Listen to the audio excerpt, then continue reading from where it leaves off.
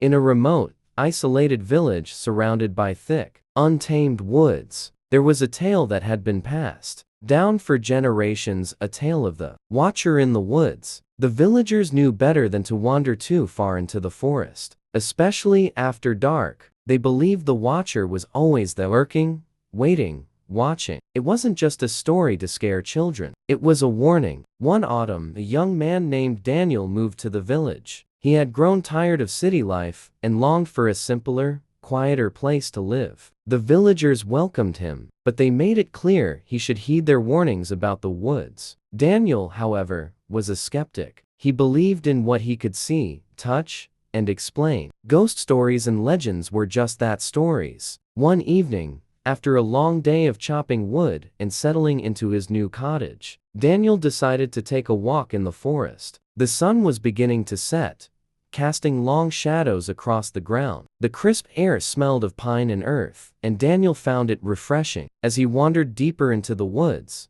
he noticed the silence. No birds chirping, no rustling leaves, just an eerie and settling stillness. Ignoring the growing unease in his stomach, Daniel continued. Soon, he came across an old, overgrown path. Curiosity got the better of him, and he followed it. The path twisted and turned, winding deeper into the forest. The trees grew denser, their branches intertwining overhead, blocking out the fading light. As the shadows lengthened, the air seemed to grow colder. Then he heard a soft rustling behind him, like footsteps crunching on leaves. Daniel stopped, his heart beginning to race. He turned around, but saw nothing. He chuckled nervously to himself, dismissing it as an animal or the wind. But as he turned back to continue down the path, he heard the footsteps again, closer this time. He quickened his pace, trying to convince himself he was being silly. But the footsteps followed, matching his speed. He stopped suddenly, whipping around. Again,